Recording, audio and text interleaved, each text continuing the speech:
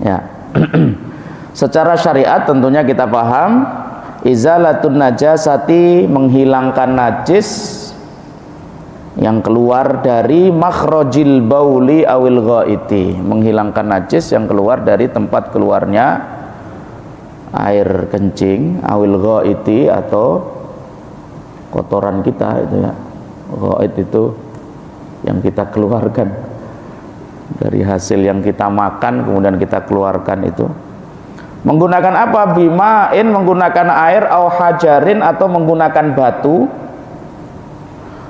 au ma fi ma'nahu, atau menggunakan sesuatu yang fungsinya sama dengan air dan batu. Ini istinja, menghilangkan perkara yang najis dari tempat keluarnya barang yang najis tadi itu, baik dari depan maupun belakang, kupul dan dubur. Ya, menghilangkan najisnya menggunakan air atau menggunakan batu atau menggunakan sesuatu yang bisa mewakili batu tersebut untuk menghilangkan najis tadi. Hukumnya wajib bagi setiap orang yang baru saja tadi mengeluarkan kotoran tadi. Ya, hukumnya wajib. Kalau enggak mengeluarkan kotoran kok mau istinja ya enggak wajib, tapi kalau mau istinja ya silakan, kan bagian situ kan juga perlu dibersihkan secara berkala. Itu. Saat kita mandi pun kadang kita juga bersih-bersih bagian situ gitu. Ya, artinya tidak wajib, tetapi menjadi wajib ketika kita sudah selesai mengeluarkan kotoran tersebut, itu menjadi wajib. Kenapa? Kalau enggak kita bersihkan kan berarti kita membiarkan perkara yang najis nempel pada diri kita, berarti tidak diperkenankan. Kemudian ma yustanja bihi, sesuatu yang dipakai untuk istinja ini apa saja. Wa yajuzu an yaqtasirul mustanji 'alal ma'i, diperbolehkan orang yang beristinja hanya menggunakan air, dan menggunakan air dalam istinja membersihkan perkara yang najis ini adalah asli dan asalnya. Kalau tadi kan dikatakan istinja boleh pakai air, boleh pakai batu. Tapi hukum asli kita bersuci termasuk beristinja adalah menggunakan air. Begitu.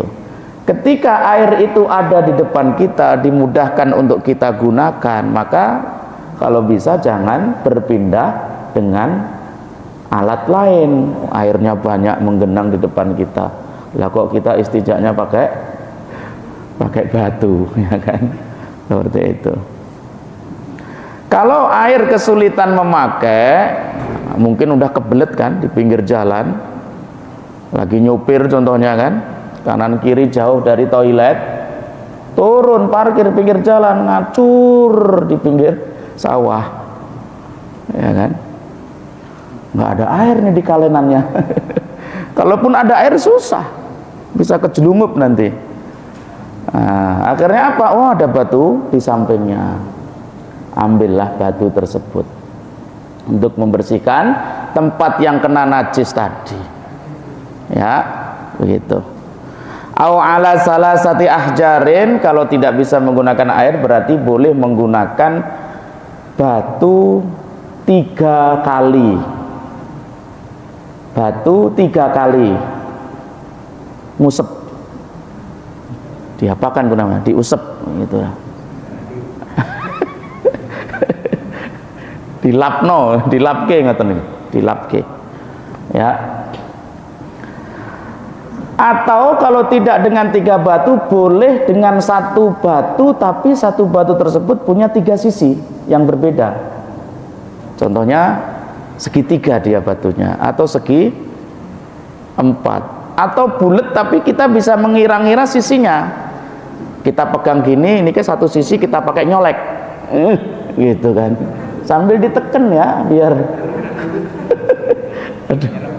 Nah, ini udah kena kotoran, berarti sisi yang kedua mana? Yang sini ya. Kita taruh dulu nih. Cet. ambil gini, puter, lapkan lagi sampai yang ketiga. Ya, begitu boleh. Yang penting dengan air tersebut atau dengan batu, 3 batu atau 1 batu dengan memiliki 3 sisi tadi, karena sekali colek seret, udah jangan dipakai nyolek lagi. Kalau sekali colek dipakai nyolek lagi nggak tambah bersih tapi tambah teraduk-aduk gitu nanti. Yang penting bisa tersucikan bagian yang terkena najis saat kita buang air kecil maupun buang air besar. Ini namanya istinja. Seandainya Ustadz sudah 3 kali, kan tadi kata Ustadz 3 kali itu belum bersih, nggak yakin, silahkan 4 kali, 5 kali, karena mungkin terlalu banyak yang kau keluarkan, atau ngepret-ngepret kanan kiri kena. Nah ini ketiga nggak cukup, begitu kan? 3 nggak cukup, maka mungkin bisa beberapa kali, setidaknya minimal 3 kali colek, ya kan? Boleh dengan 3 batu, 4 batu, 5 batu, atau dengan 1 batu yang memiliki banyak sisi tadi. Ya, Ustadz nggak ada batu, kita di atas pesawat, Ustadz gimana ini? Boleh pakai tisu kering, jangan tisu basah. Nanti makin seger kalau pakai tisu basah. Atau pakai kain kering, ya kan? Tisu ya, yang agak tebal tisunya. Kalau 1 lembar doang wah bisa jebol. Ya, agak tebal tisunya, 5 lapis dilipat, dibentuk persegi 4, colek sekali, buang, melipat lagi, colek lagi, buang, sampai minimal 3 kali. Nah, dengan tisu itu sepertinya akan lebih bersih daripada dengan batu tadi, karena tisu kan diantaranya bisa meresap tadi. Ya, sambil diteken ya, diteken ke, biar ngenai semua, begitu. Boleh. Atau tidak harus dengan tisu, dengan kayu contohnya. Yang penting jangan kayu yang tajam. Nanti kalau kayu tajam bisa dedel duel nanti. Ya kan? Dengan kayu. Kalau di hutan kan yang banyak kayu, disempal aja kayunya, begitu. Ya. Dengan areng Ustadz boleh orang dengan areng. Nah, silakan. Areng itu kan kayu yang terbakar. Dia juga bisa membersihkan bagian yang najis tersebut, tapi nanti jadi hitam bagian situ. Ya, dipersilahkan. Yang penting jangan dengan teletong. Ya. Kalau dengan teletong ini ya, atau dengan roti. Aduh, roti kalau kering kan keras juga, itu bisa dipakai nyolek kan. Jangan, itu kan makanan. Ya. Atau teletong, jangan ya pakai teletong. Tahu teletong? Waduh, teletong itu kotorannya sapi atau kerbau yang sudah kering. Kan begini nih, kalau udah kering kan keras. Ya, jangan itu. Ya. Atau jangan pakai tulang. Nah, nanti marah jinnya. Itu makanannya jin, kau pakai untuk cebok, wah kena tampol kau nanti. Ya. Oke, seperti itu. Jangan pula pakai krecek, tahu krecek? Nasi yang kering yang digoreng, apa itu, rengginang namanya ya. Jangan pakai rengginang. Waduh, ini jaminan kita saat nongkrong kok pakai. Jangan. Pokoknya yang dari makanan-makanan jangan dipakai. Ya. Atau dari benda-benda yang tadinya benda najis juga jangan dipakai. Ya. Ini istinja. Kemudian tadi kita katakan bahwa istinja itu asalnya harus menggunakan apa, Pak? Menggunakan air. Kapan kita pakai batu? Ketika kita susah pakai air, atau nggak nemu air, atau memang nggak memungkinkan menggunakan air, seperti saat kita di pesawat airnya habis dan lain sebagainya. Maka kalau nggak memungkinkan menggunakan air, kita boleh pakai pengganti. Penggantinya boleh berupa batu, boleh berupa kayu, boleh berupa benda-benda lain yang bisa menyucikan dan membersihkan najis tersebut dari tempat keluarnya najis. Sekarang syaratnya, syarat kita beristinja atau cebok menggunakan batu. Ya. Syarat yang pertama adalah an yakunal istinja'u bisalasi masahatin, harus menggunakan minimal 3 kali colek. Ya. Ustaz, 1 kali colek udah bersih, orang saya tadi nya dikit sekali gitu kan. Apalagi saya batunya gede Ustaz. Gede. Langsung hilang. Kalau sekalipun sudah bersih tetap 3 kali Pak ya, tetap 3 kali ya, seperti itu. Hah? Iya, maksudnya yang kubul nggih, dubur nggih, kubul nggih 3 kali. 3 kali ya. Dan 3 kali tadi tidak boleh dengan 1 batu dengan sisi yang sama, nggak boleh. Harus 3 batu, 1 batu selesai dibuang lagi, atau 1 batu dengan 3 sisi yang beda, begitu. Oke, itu syarat pertama, 3 kali ya. Yang kedua syaratnya adalah inqaul mahalli bihaitsu la yabqa illa asarun la yuziluhu illal ma. Tidak ada bekas yang tersisa di bagian najis tadi, walaupun baunya masih. Yang penting bekasnya loh. Warnanya kalau kuning berarti kuning-kuningnya itu udah hilang total dengan dicolek batu tadi. Kalau warnanya hitam, yang penting yang hitam-hitam tadi hilang total. Ya, bagian yang terkena najis tadi harus sudah bersih dengan colekan tadi. Ya, terkadang baunya masih. Nggak ada masalah kalau baunya masih. Nah, yakini aja Pak, kita kan susah ngintip ini Pak. Kalau depan gampang ya ngintipnya. Kalau depan itu belakang susah, soalnya pakai kamera ya, nggak usah repot-repot. Nggak usah repot-repot, cukup keyakinan hati, mantepnya hati, insya Allah ini udah bersih. Mantepnya hati itu bahasa fikihnya pakai zon, prasangka kita udah kuat, insya Allah dia udah bersih gitu kan. Masih was-was ya udah dicolek pakai tangan gini. Oh masih ada lagi, tambahi lagi, aduh. Ya kan, seperti itu.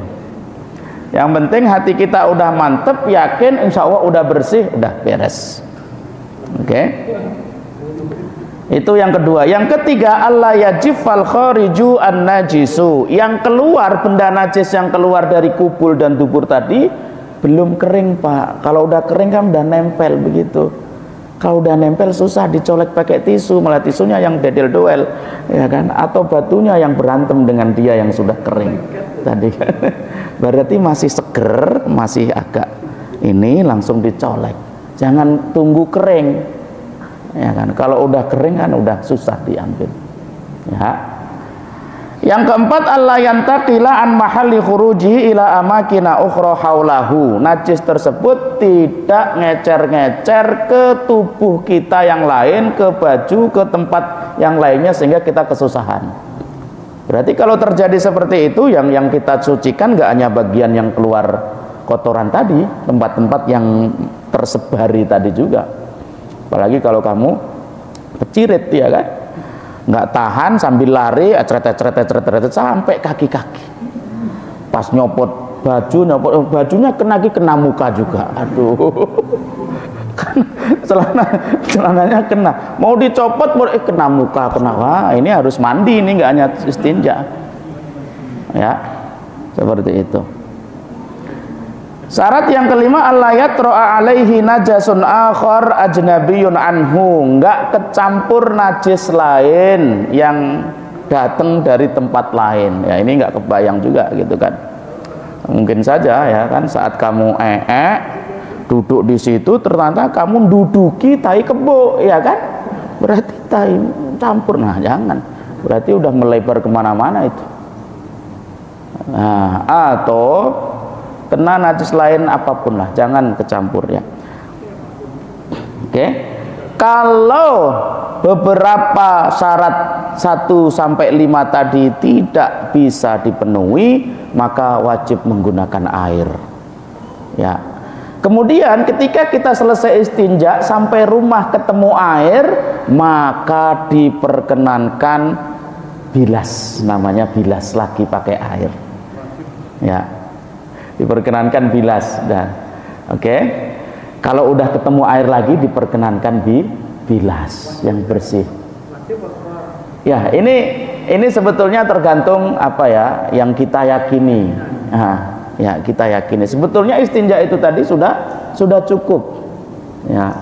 Tapi kemudian ketika kita menemukan air, maka agar hati kita makin mantep, nggak ada keraguan sama sekali, maka kita pakai air, dibilas pakai air. Ya, ini tentang istinja menggunakan air atau menggunakan batu dan syarat-syaratnya.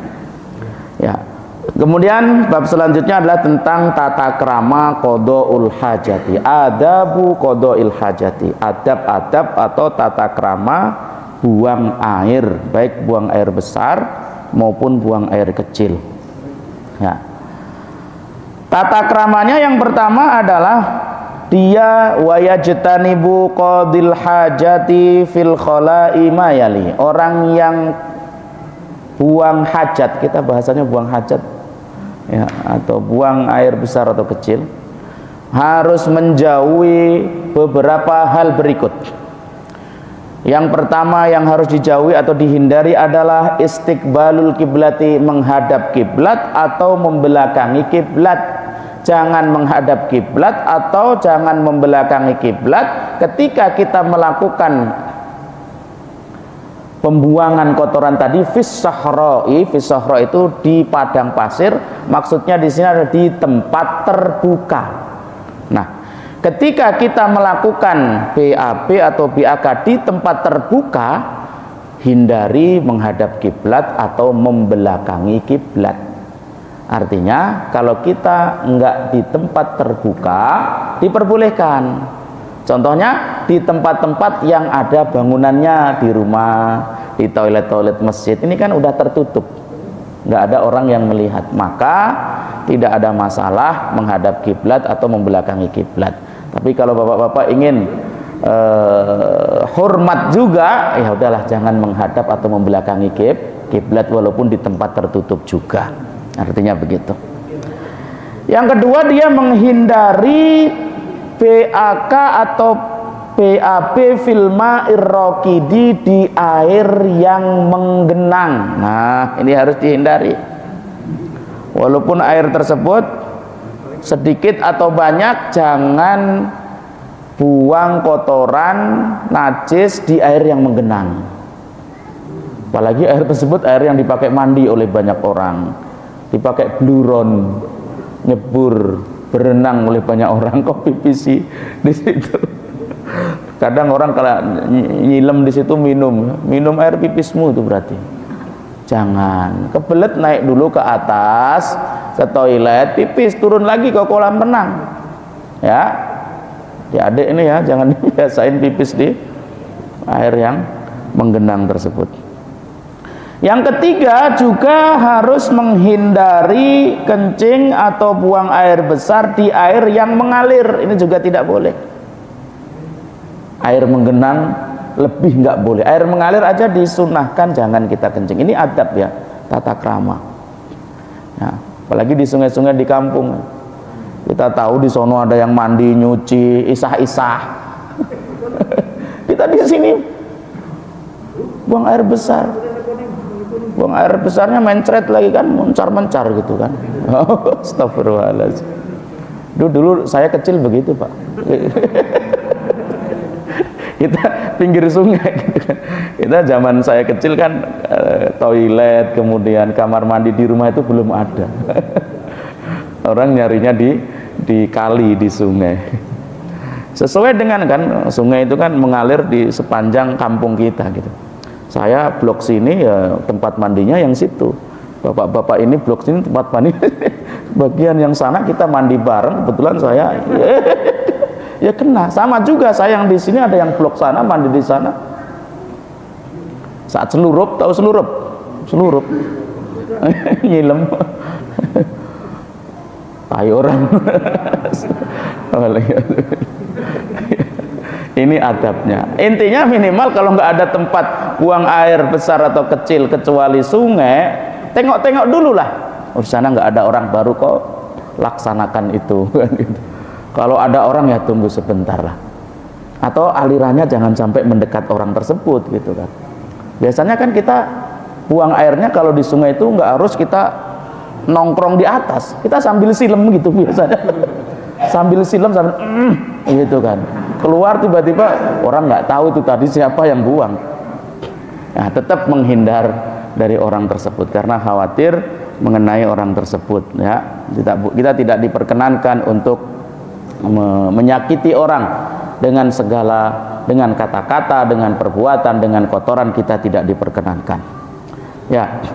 Di antara adabnya adalah jangan melakukan buang air kecil dan buang air besar. Yang nomor 4 ini tahta syajaratil musmirah, di bawah pohon-pohon yang berbuah. Takut nanti buahnya jadi rasa aneh nanti kan, dengan gara-gara air kotoran kamu dibiasakan dibuang di situ ya. Jangan buang air kecil maupun besar di bawah pohon yang berbuah. Ya, baik pohon tersebut saat berbuah maupun tidak sedang berbuah.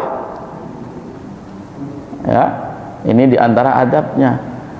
Ya, setidaknya nanti orang yang mau memetik buah melihat barang kamu di situ kan nggak gegelen jadi nggak tega makan buahnya. Ya, jangan. Yang kelima, jangan melakukan perbuatan tersebut, yaitu buang air besar ataupun kecil, fi tariqil marrati minan nas, di jalanan tempat lewatnya banyak orang. Ya, jangan sampai kita jadikan toilet ini sepanjang jalan toilet, jangan. Karena baunya nggak sedap. Ya, kita dalam Islam nggak boleh menyebabkan sesuatu yang menyakiti orang lain walaupun itu sekedar bau ya, apalagi kelihatan nggak sedap juga, kelihatannya itu udah nggak mengenakkan sekali. Yang keenam, jangan melakukan BAK atau BAB fi mawadhi'iz dzilli, di tempat-tempat berteduh atau bernaungnya orang yang ingin berteduh. Ini khususnya di musim panas ya, nyari tempat-tempat berteduh.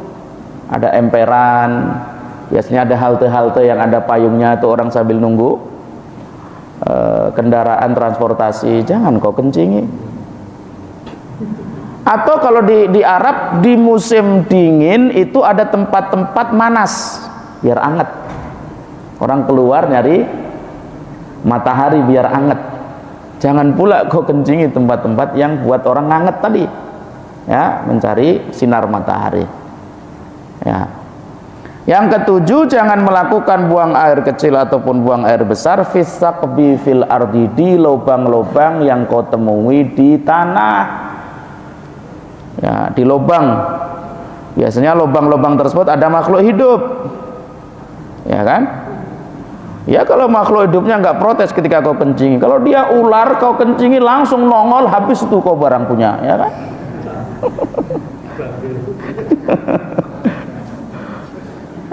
Jangan ya sengaja ya, anak kecil dulu biasa gitu nyari lubang lomba penuh dipenuhi itu pakai air dia ya, itu bisa menyakiti makhluk hidup yang lain dan tidak diperkenakan. Yang kedelapan, saat melakukan buang air kecil maupun besar jangan sambil ngomong, sambil ngobrol. Dulu itu di kampung jumbleng namanya, Pak.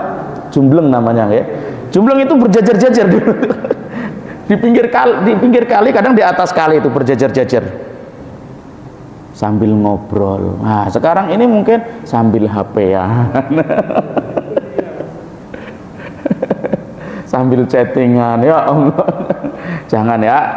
Ini beberapa adab yang harus kita hindari saat kita melakukan buang air kecil maupun buang air besar ya. Selesai kita tentang bab wudu, kemudian bab istinja, kita masuk al-maqsadus tsani min maqasidit thaharati, yaitu al-ghusl. Monggo. Kalau yang mengerjingin untuk pohon yang Berbuah.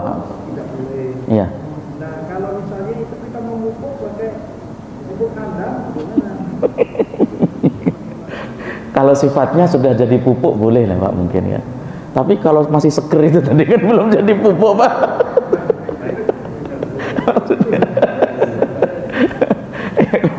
Oh, berarti kotoran manusia bisa jadi pupuk juga ya Pak? Saya kira kotoran hewan juga saja. Oke. Kalau seandainya memang kotoran kita dahsyat sakti seperti itu dan bisa jadi pupuk, ya tetap nanti saat status dia boleh dijadikan pupuk, berarti sudah nggak jadi kotoran lagi dia, ya kan? Tadi saat masih kok melakukan aktivitasnya di situ, itu ini yang nggak diperbolehkan. Ustadz, kalau pohonnya nggak berbuah berarti boleh. Nah, pohon nggak berbuah itu biasanya tempat berteduh orang. Nah, ketika pohon tersebut jadi tempat berteduhnya orang, walaupun nggak berbuah, jangan kau lakukan itu, ya kan? Karena itu menyakiti orang lain, ya kan? Tempat nongkrongnya orang, gardu-gardu di pinggir-pinggir jalan, halte-halte, jangan kau buang kotoran di situ, ya kan? Tempat lewatan orang, jangan kau melakukan perbuatan yang menyakiti orang lain tersebut, ya, seperti itu. Selanjutnya tentang al-ghuslu, mandi. Al-ghuslu, mandi. Mandi yang dimaksud secara bahasa adalah jaroyanul ma'i ala syai'i mutlaqan, mengalirkan air kepada segala sesuatu secara umum, itu maknanya adalah al-ghuslu, mandi. Atau kalau ghusala itu maknanya membasuh kalau dalam bahasa Arab, ya, nyuci juga bisa, mandi juga bisa. Secara syariat yang dimaksud dengan al-ghuslu adalah jaroyanuhu ala jami'il badani biniyatin makhsusatin, mengalirkan air ke seluruh anggota tubuh kita dari hujung ke hujung, atas ke bawah, dengan menggunakan niat-niat tertentu. Yang dimaksud dengan mandi di sini adalah mandi wajib, ya. Mandi itu ada mandi yang wajib, ada mandi yang sunnah. Nah, kita akan bahas di sini sekarang.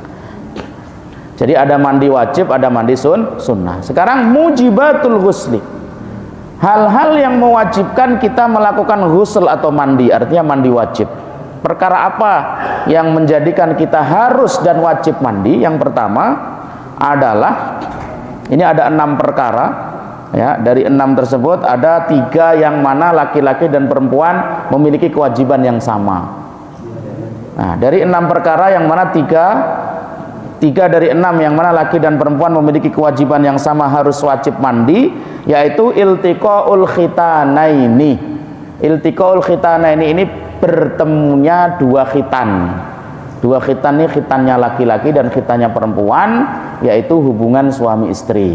Ketika suami istri selesai melakukan hubungan, maka wajib baginya mereka berdua untuk melaksanakan mandi wajib ini.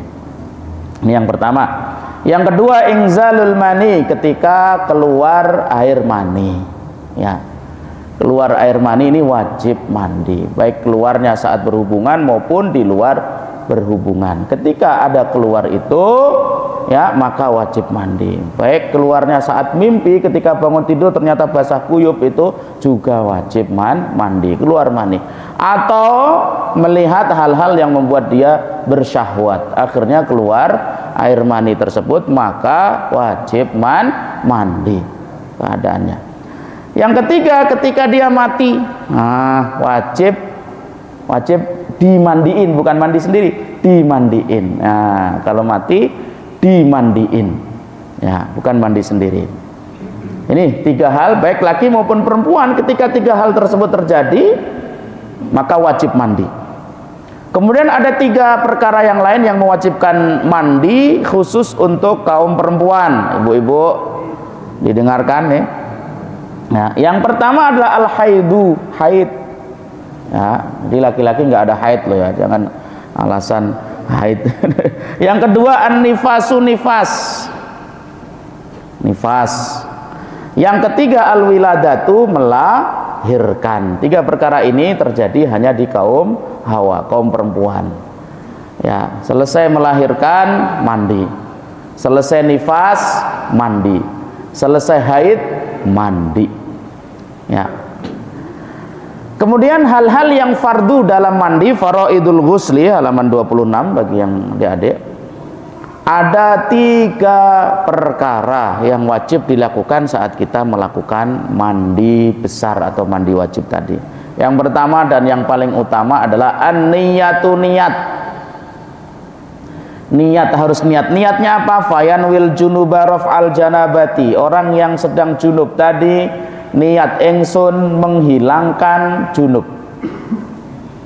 atau raf'il hadasil akbari, atau menghilangkan hadas yang besar. Awistibahati sholati, atau niat ingin melaksanakan sholat sementara dia sedang junub, maka harus mandi dulu. Atau fardil ghusli, atau niat melaksanakan mandi wajib atau mandi besar. Ini harus ada niat. Ya, dipasang niat saat mandi tersebut bahwa ini mandi untuk menghilangkan hadas besar, mandi wajib, mandi untuk bisa melaksanakan sholat, karena sholat nggak sah kalau kita dalam keadaan junub tadi.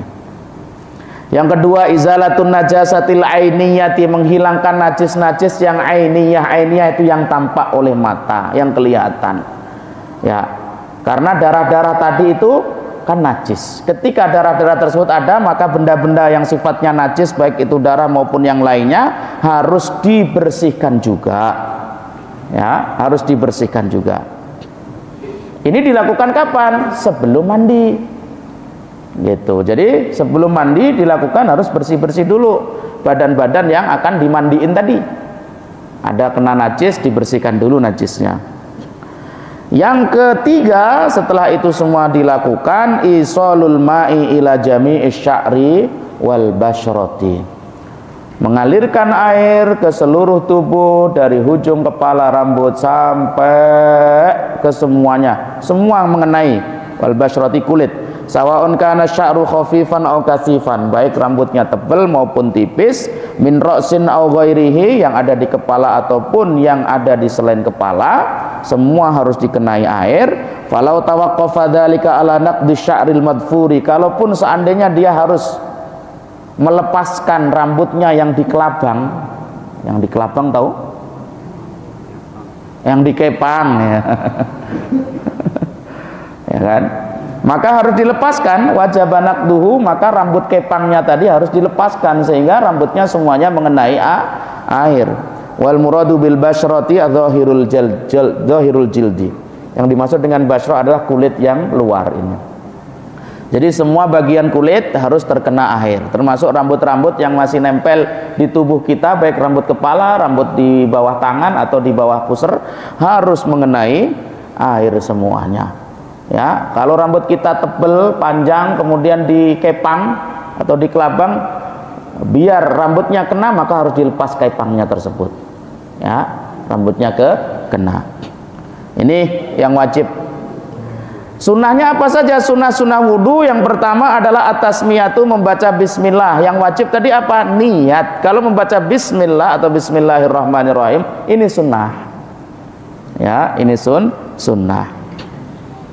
Ya, baik saat mau mandi atau di tengah-tengah mandi baru ingat baca aja bismillah, bismillahirrahmanirrahim. Ya, yang kedua sunnahnya adalah wudhu terlebih dahulu. Nah, ini juga sunnah. Jadi sebelum mandi wajib disunahkan kita wudhu terlebih dahulu, wudhu yang lengkap seperti kita wudhu biasa. Yang ketiga adalah imrarul yadi ala ma wasalat ilaihi minal jasadi. Tangannya ikut meratakan air ke seluruh tubuh. Jangan hanya diem, kan mancur pakai shower. Yang penting basah semua. Ya, tangannya ikut meratakan air sambil diginiin. Kan ada yang kotor-kotor diusap pakai tangan. Itu. Yang ketiga, yang keempat adalah al-muwalatu atau at-tatabu'u fi ghusril a'dha. Harus nuli-nuli. Nuli-nuli itu apa? Terus menerus, berurutan dan terus menerus. Kalau tadi wudhu, setelah wudhu kemudian niat mandi. Kemudian diantara sunnahnya adalah mendahulukan nyiram bagian kanan sebelum bagian kiri. Contohnya nyiram dulu tangan kanan. Ya, badan sebelah kanan dulu disiram, kemudian sebelah kiri. Ini sunnahnya. Yang keenam adalah al-ightisalu thalatha marrat, 3 kali. Sama dengan wudhu kita disunahkan 3 kali, sama dengan mandi juga 3 kali. Udah basah biasanya kita nggak terhitung itu berapa kalinya, karena basah dulu, kemudian sabunan, siram lagi, sampoan, udah lebih dari 3 kali itu kayaknya kita. Itu kan. Yang ketujuh adalah takhlilu sya'ri, rambutnya di sela-sela, apalagi rambutnya panjang dan rambutnya ketel. Ya, ketel atau lebat, maka di sela-sela, baik rambut atas maupun bawah yang tebal di sela-sela, biar air ini merata ke semuanya. Yang kedelapan, istiqbalul qiblati, menghadap kiblat karena dia sedang bersuci. Kalau tadi sedang berbuang kotoran jangan ngadep kiblat, tapi saat sedang bersuci, ya, diantara sunnahnya adalah menghadap kiblat. Yang kesembilan, an yakuna fi makanin la yanaluhu minhu rasyashu ma'il ghusli. Usahakan berada di tempat di mana cipratan air bekas wudhu kamu nggak nyipratin kamu lagi. Karena dalam mazhab Syafi'i itu namanya airnya mustakmal, terpakai. Udah dipakai kemudian nyiprat kita lagi, berarti kita terkena air yang sudah terpakai.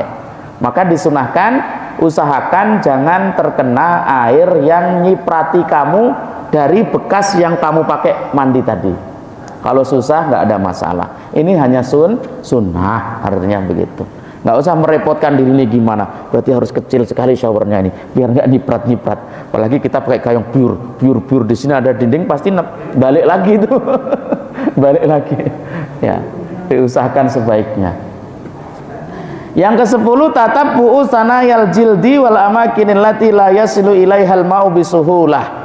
Mengevaluasi mana bagian-bagian badan yang kira-kira kesulitan untuk terkena air. Contohnya kukunya panjang, kuku kaki, kuku bawah, atau ketiak, gini kan. Ini dicek lagi. Ini takutnya belum kena air tadi. Ya, bagian-bagian yang kira-kira enggak kealiri oleh air harus dicek lagi. Seperti apa? Kasur roti, seperti udel. Udel itu kan biasanya kan ke dalam gitu. Terus ngelipet gitu kan udel. Nah, udelnya dibuka, dikenai air. Tahu udel ya? Alhamdulillah. Wa tahtal ibti, dan bagian di bawah ketek ini. Ya, seperti itu. Jadi bagian-bagian yang kemungkinan susah terkena air harus dicek ulang. Jangan sampai ya, kita udah yakin kena air semua, ternyata nggak kena air. Ya, ini beberapa hal yang disunahkan saat kita mandi besar. Kemudian yang terakhir tentang mandi besar adalah hal-hal yang dimakruhkan dalam mandi. Ini sama dengan hal-hal yang makruh saat wudhu. Ya, hal-hal yang makruh saat wudhu sama dengan hal-hal yang makruh saat mandi besar. Di antara apa yang makruh dalam wudhu? Yang makruh dalam wudhu, jangan boros menggunakan air. Maka dalam mandi besar juga nggak boleh boros. Sekalipun airmu sendiri, kamu sendiri yang bayar, jangan boros. Ya, kalau sekali, 2 kali, 3 kali udah cukup, ngapain kau sampai berpuluh-puluh kali? Ya kan?